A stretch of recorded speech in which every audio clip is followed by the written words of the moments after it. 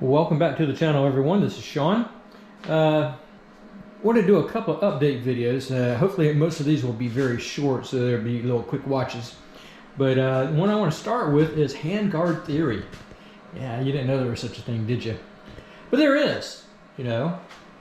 I'm just kind of making fun here, but for a lot of guys, this CRF300 or the Rally, whichever version you have, or other dual sport guys, have never bought handguards before and really don't know what they're looking for. So my goal here is to share my thoughts, my opinions, and for those of you who have not had to buy them before, don't really know what you're looking for, don't know what to ask for, don't know what to consider, well, we'll go through a few things and see if this doesn't help you out. So to talk about Handguard Theory, the thought process is quite simple, actually. You know, you understand, first of all, what's the purpose? Why are you putting handguards on your bike, right? You got to have a reason for doing it. What's the reason?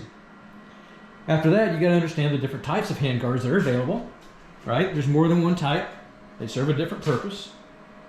The materials they're made of, right? That's key. That's important. You need to understand what your options are there. The mounts. What kind of mount are you gonna? How are you gonna attach these to your bike? You know, do you have a 7/8 bar? Do you have a 1 1/8 bar? How are you gonna attach them? The brand versus cost versus function, right? Does brand matter? Does the cost matter when it comes to function? And I'll close with why I have these on this bike and why I have a different setup on my race bike, my KTM 350 XCF. So stay tuned. We'll go through the different topics that I've just covered, the criteria, I guess you would use. That criteria is the term to determine what type of handguards, or if you even want handguards on your bike. All right, so we start out with purpose. Why put handguards on your bike? Well, a couple reasons, right? Hand protection. That's the reason they're called hand guards. So hand protection. Also goes a little bit further than that, right? It goes into lever and grip protection as well, right? Your grips and your levers. So what's your main goal here? Protecting your hands or protecting your levers or your grips, and do you have a priority of which is most important to you? These are things that you need to take in consideration, right? So, you know, hand protection does a couple things, right? It can protect you from the weather, the wind, you know, so if you're spending a lot of time on the street, okay, your needs may be different from somebody who just, you know, rides theirs to a couple of miles to get to some trails and beat around. Also, if you're more concerned with protecting your levers and your grips, these are things that you need to take in consideration, right?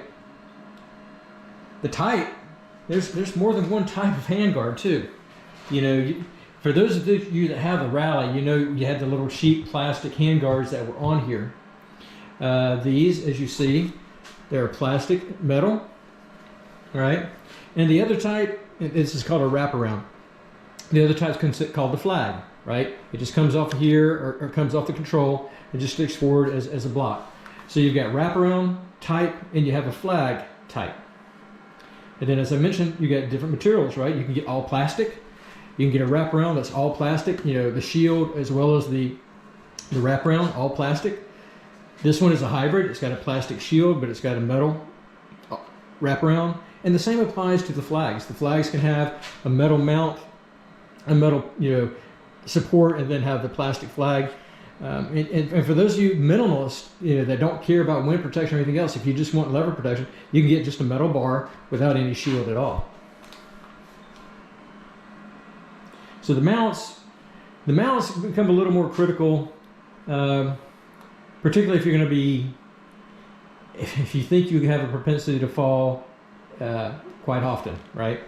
So the standard mounts on a generic pair of handguards, you have a bolt with a spreader. That way, as you tighten it down, it spreads and actually grips on the inside of the bar. And you typically have a straight mount. Alternatively, this one, as you see, has a curved mount, okay? I'll explain why I've got that on here in a moment. And again, another alternative is you can have them mount to the top of the triple clamp, all right? So in addition to the end mount, in addition to the bolt with the spreader in it, you can get an insert that you can tap into the bar and bolt it into the receiver. What I've done here is I've left the original bar end weights on here, which are already tapped for the original handguards, and just use that because I left the bar weights on here. It gave me good spacing all the way across. So brand versus style versus cost versus function. Yeah, that's your call. I've mentioned several of my videos how I'm a very frugal person. I'm all about spending money when it's beneficial. I'm not about spending money for a name if there's not an additional function that makes it worthwhile, whether it's a quality function, whether it's a performance function. There's times when I will do that. For example, I took off the Moto X exhaust that I had on my bike because I did not like the way that it performed in stock configuration. Okay, so I have on order a Yoshimura, which is almost 3 times the cost, at least twice the cost. So that's the case to where I'm spending more money to get something I think is going to perform better. So handguards for me are very simple and very basic, but they serve 2 different purposes. So let me explain why I have this setup here versus what I have on my KTM. So as you see, I have a hybrid. I've got a plastic shield. These are a Zeta clone, okay? Zeta, which is a nice product. You can actually see the little Z here. So these are $25 on Amazon, right? You buy the Zetas, I think they're probably close to 100, maybe over 100. But anyway, and plus these had, you know, a black metal wraparound. Now, I don't have black bolts on here, but I'll rectify that, and I don't have a black mount here. But anyway, so I did not use the bolt with a spreader because I left the bar ends and I left the tap that was in here and I just rebolted it, okay? My original setup here was a straight bar clamp that went straight forward. That did not work well because it created an interference with the front brake reservoir. It worked, but if I had fallen and it had shifted downward, potential damage to the reservoir.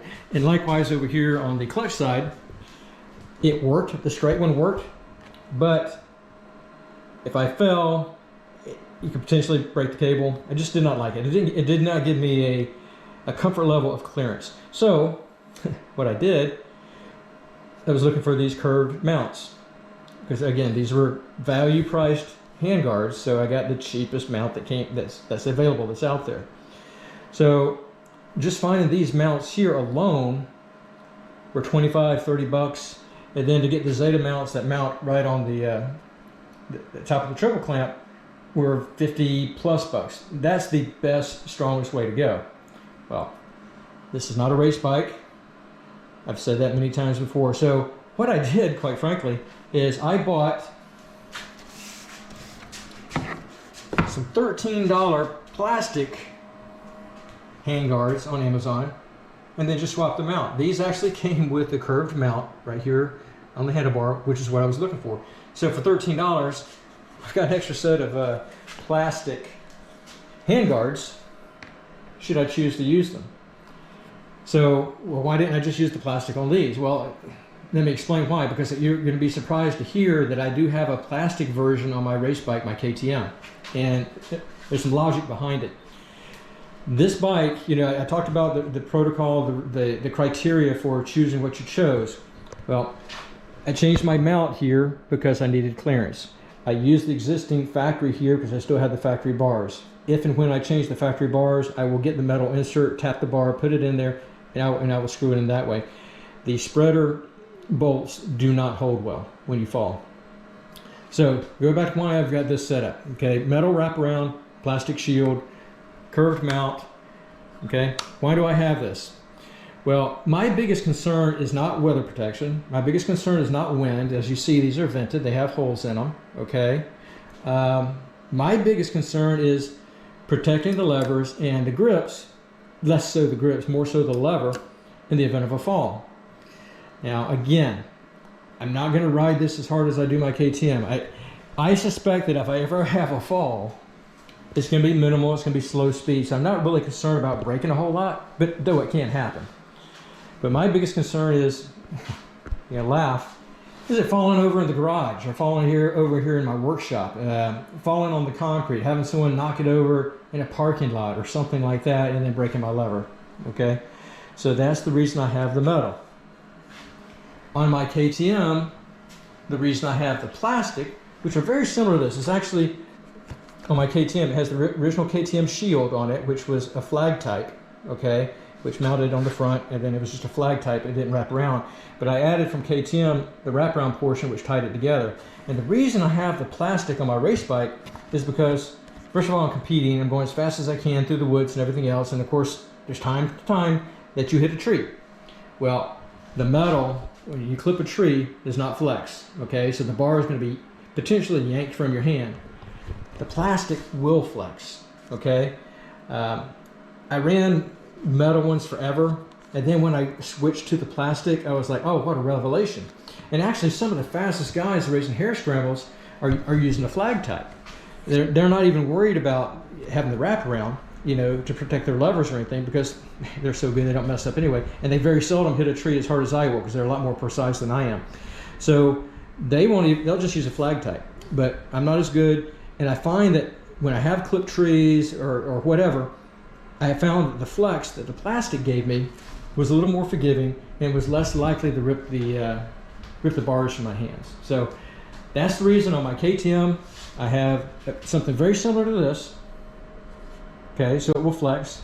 But on my dual sport bike, where I'm afraid I may drop it on concrete or something silly like that may happen, I don't want to be breaking my levers. I don't want to be damaging the reservoir. I don't want to be damaging my grips unnecessarily. So yeah. So in a nutshell, handguards for me are not really hand protection. For me, they're more lever protection. So I hope you find this useful.